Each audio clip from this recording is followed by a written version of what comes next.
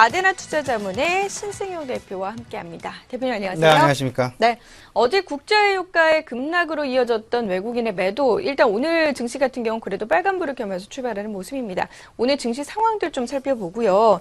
아무래도 이제 2분기 실적 시즌이 진행 중에 있지 않습니까? 그 실적과 관련한 내용들도 좀 체크를 해볼까요? 네, 전반적으로 지금 현재 말씀하셨던 대로 지난밤 글로벌 증시의 다소간의 반등 국면, 이 부분은 어찌 보면 국제유가의 상승 내지는 국제유가의 반등에 힘입어서 시장의 투자 심리가 그나마 조금 좀 개선되는 그런 모습들로 반영이 되었다라고 생각이 됩니다. 이해 화답을 하듯 오늘 우리 시장 일단 시작은 긍정적으로 시작을 하고 있는 그 모습 나타나고 있죠. 가장 크게 반영하고 있는 것이 삼성전자와 그다음에 SK이노베이션 등 국제 유가 그리고 투자 심리의 전반적인 부분과 관련되어 있는 종목군들 중심으로 일단은 좀 반등세가 나타나고 있다라고 보셔야 될 것 같습니다. 국제 유가에 왜 지금 현재 가장 크게 그리고 가장 많이 시장이 집중을 하고 있느냐, 결국 생각을 해본다라면 지금 현재의 상황은 유동성 이벤트 그리고 주요국 일본의 어떤 그 재정 정책과 관련된 부분, 그런 이슈들이 대부분 마무리가 되면서 일단은 지금 현재는 각종 정책들의 공백기 내지는 모멘텀의 공백기, 유동성과 관련된 특별한 이벤트가 지금 현재는 남아있는 것이 지금 없다라는 거. 물론 오늘 저녁입니다. 영국에서 영란은행의 기준금리 결정, 일단 시장에서의 대다수 한 80% 이상은 기준금리 최소한 0.25% 정도는 낮추지 않겠느냐. 지금 현행 0.5%에서 무려 그 기준금리를 인하한 지가 영국에 5년 정도가 지난 그런 상황이 되겠습니다. 그 상황에서 한 번도 기준금리를 0.5%에서 인하 내지는 인상한 적이 없는 그런 상황이기 때문에 최근 두 달 전이죠. 한 달 전이다라고 봐야 될 것 같은데 6월 말에 브렉시트와 관련된 국민투표 결정, 브렉시트 결정 이후에 실질적으로 나라의 어떤 큰 변화 있었었기 때문에 지금 현재 상황에서는 아마도 대다수의 영국 관련 전문가들은 지금 이제 영란은행에서 오늘 기준금리 인하 최소한 0.25%로의 인하가 결정될 그럴 가능성이 클 것이다라는 이야기가 지금 많이 나오고 있다라는 거 참고하시면 좋겠습니다. 그렇지만 시장에서는 각종 이제 그 유동성과 관련된 통화 정책과 관련된 이벤트 그리고 재정 정책과 관련된 이벤트 그리고 또 한 가지 실적 시즌이 물론 지금 현재 진행이 되고는 있습니다만은 대다수의 대형주들, 업종 대표주들, 그리고 경기 민감 전반적인 종목들의 중소형주를 제외한 전반적인 종목들의 실적 발표가 이미 어느 정도 마무리가 되었다라는 점. 그렇다면 시장 내에서 과연 크게 지금 모멘텀과 관련되어서 어떤 그 이벤트와 관련돼서 기대할 부분이 있을까라는 그런 부분들. 다소간은 시장 기간 조정 내지는 기다려야 된다. 그렇다라면 지금 현재 어제 지난밤에 나타났었던 뉴욕 시장도 마찬가지고요. 유로존 시장도 마찬가지고 국제 유가랄지 뭐 환율의 변동이랄지 달러화의 강세 내지는 달러화의 약세랄지 그리고 또 발표되는 주요 경제 지표들에 의해서 당분간은 일단은 조금 기간 조정 양상 속에서 크게 변동성이 나타나지 않는 그 등락이 다소간 좀 반복되어지는 그런 모습들이 전개될 가능성이 상당 부분 클 것이다라는 것 생각을 좀 해두실 필요는 있어 보입니다.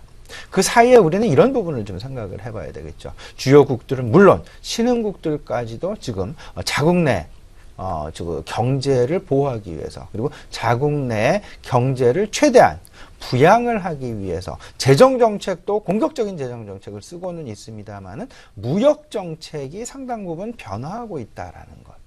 그 무역정책은 과거 자유무역에서 지금 현재는 보호무역 체제로 상당 부분 변해가고 있는 그런 모습들.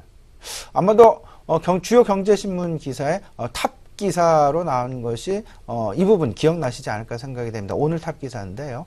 중국 결국 복수 여권을 일단 잠정 중단했다라는 복수 여권의 발급, 복수 비자입니다. 죄송합니다. 복수 비자의 발급을 잠정 중단했다라는 비관세 장벽이 점차 높아지고 있다라는 것.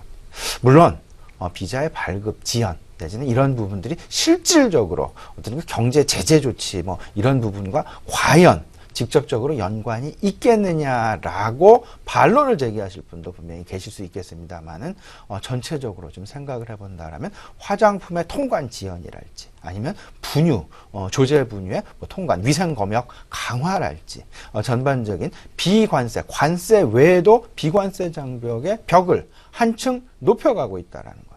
관세 부분은 어떠냐? 관세 부분은 앞서서 말씀드렸다시피 반덤핑 그 제소가 상당 부분 주요 선진국은 물론 신흥국에서까지 최근 들어서 많아지고 있다라는 부분. 우리나라 철강 제품에 대해서, 우리나라 섬유 제품에 대해서, 그리고 우리나라 화학 제품에 대해서 주요 뭐 인도는 물론 멕시코, EU, 미국까지 반덤핑 제소 움직임 대신 반덤핑 제소건이 올 상반기에만 벌써 20건이나 달하는 그런 부분들이 있었다는 것을 좀 떠올려 본다라면 지금 현재 보호무역 체제로 지금 주요 글로벌 경기는 경제 어떤 환경은 변해가고 있다. 그렇기 때문에 가장 우리가 중요히 생각하는 것이 어쩌면 환율 부분도 분명히 있을 수 있을 것 같고요. 그리고 재정 정책과 그 다음에 유동성, 통화정책과 관련해서 상당 부분 통화정책은 브렉시트 그 국민투표 결정 이후에 상당히 주요국들이 공격적으로 쏘았기 때문에 일단 시장 내 유동성은 풍부하다. 하지만 시장 내에서 생각하는 부분은 유동성의 다소간에 이제 한계를 느끼는 그런 과정 중에 들어가 있다라는 것. 그렇기 때문에 시장은 점차 주변 환경에 계속해서 관심을 가질 수밖에 없을 것이고 그 가장 중심에는 뭐니 해도 국제 유가라는 국제 유가가 자리를 잡고 있다라는 것. 그렇기 때문에 지난 이틀 전 국제 유가가 40달러가 붕괴됐을 당시 글로벌 증시를 포함해서 우리나라 증시도 지속적인 어떤 그 하락 내지는 조정의 양상을 보였지만 어제 국제 유가가 조금이나마 반등하는 그런 모습을 보이니까 시장도 바로 반등 국면에 나타나는 오늘 우리 시장도 비슷한 양상의 모습이 그대로 전개되어지는 모습들이 나타나고 있다. 그 이야기는 조금 더 앞서 나가서 생각을 해본다면 이제 투자 심리 내지는 모든 투자자들은 경제 지표에 관심을 상당 부분 집중할 가능성이 높다라는 쪽으로 해석을 하셔야 될 것 같습니다. 돈을 이만큼 풀었고 그리고 경기 부양에 대한 각국 정부들의 노력이 이제부터 나오게 될 것이고 그렇기 때문에 거기에 나타나는 어떤 숫자 분명히 시장은 확인을 하려 들 것이고 그 숫자의 확인은 결국은 기업들의 실적도 실적일 수 있겠습니다만은 우선적으로 경제 지표가 과연 반등세 내지는 그 개선세가 계속 지속될 것이냐의 여부. 국제유가 상당히 중요한 팩트 중에 하나가 되겠습니다. 국제유가가 하향이 되느냐 아니면 국제유가가 상승으로 다시 재반전하느냐.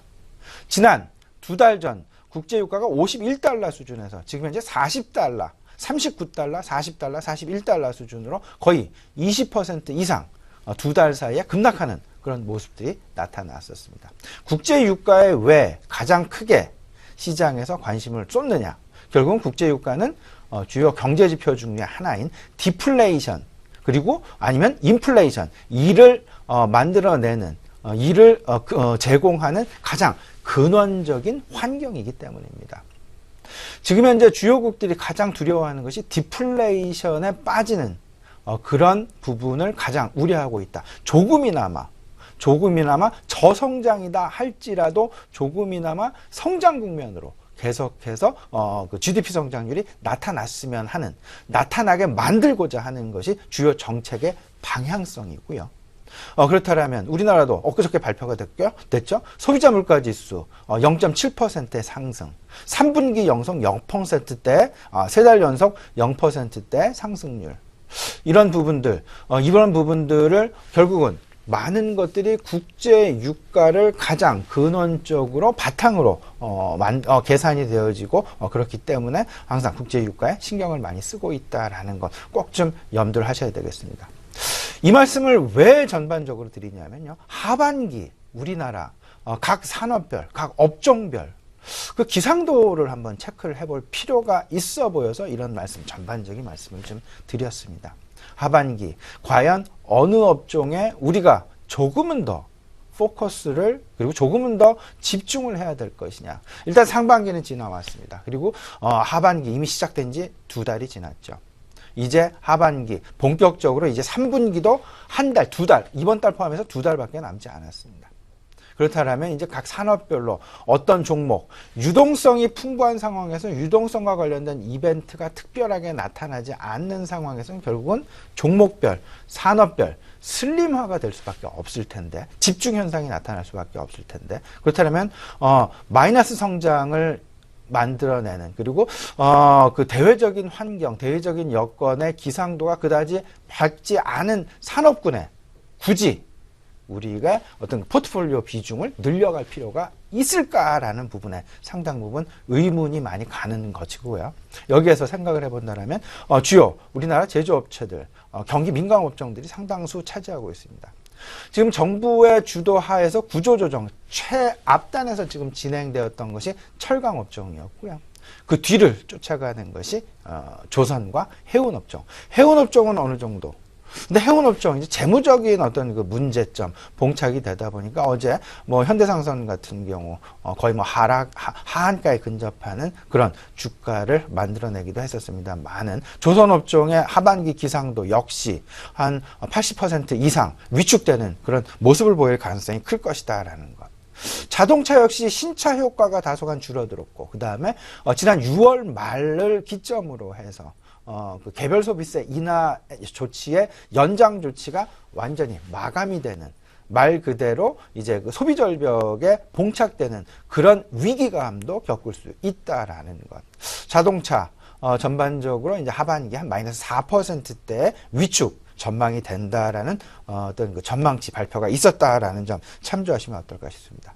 그렇다라면 우리가 이제 조금 좀 그나마 이런 대외 환경이 그다지 녹록치 못하고 국제 유가의 어떤 그 조정 양상, 40달러에서 45달러에서의 어떤 그 조정 양상, 다시금 반등세로 급반전하기는 상당히 어려운 그런 국면. 그렇다라면 이제 조금은 좀 나은 그런 업종들을 찾아봐야 될 텐데, 결국은 그 대표적인 업종이 반도체 디스플레이, 그리고 철강 업종, 석유화학 업종으로 지금 귀결이 되어가고 있다라는 것. 반도체도 특히나 디스플레이도 이런 부분들 다들 알고 계시리라 생각을 하고 있습니다. 디스플레이 패널, TV의 디스플레이 패널 앞으로의 판매량, 생산량에는 오히려 올해 같은 경우 상당 부분 감소할 그럴 예정. 하지만 이 그 뭐 스마트폰이나 전화기나 태블릿 이쪽에서는 상당 부분 증가를 해서 오히려 TV 수요를 앞질 가능성이 높다라는 그런 전망치까지도 나왔다라는 점. 그리고 어제 갤럭시 S7의 언팩 행사가 이제 지지난 밤에 이제 나타났었죠.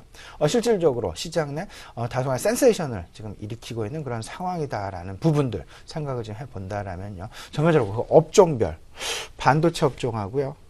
그다음에 석유화학, 그다음에 철강 이쪽에 대한 관심을 조금은 다른 업종에서 이쪽으로 이전시키는 그런 해안도 낮아지는 그런 어떤 그 모험 내지는 그런 용기도 분명히 필요한 국면일 것이다라는 말씀 좀 드리고 싶습니다. 네.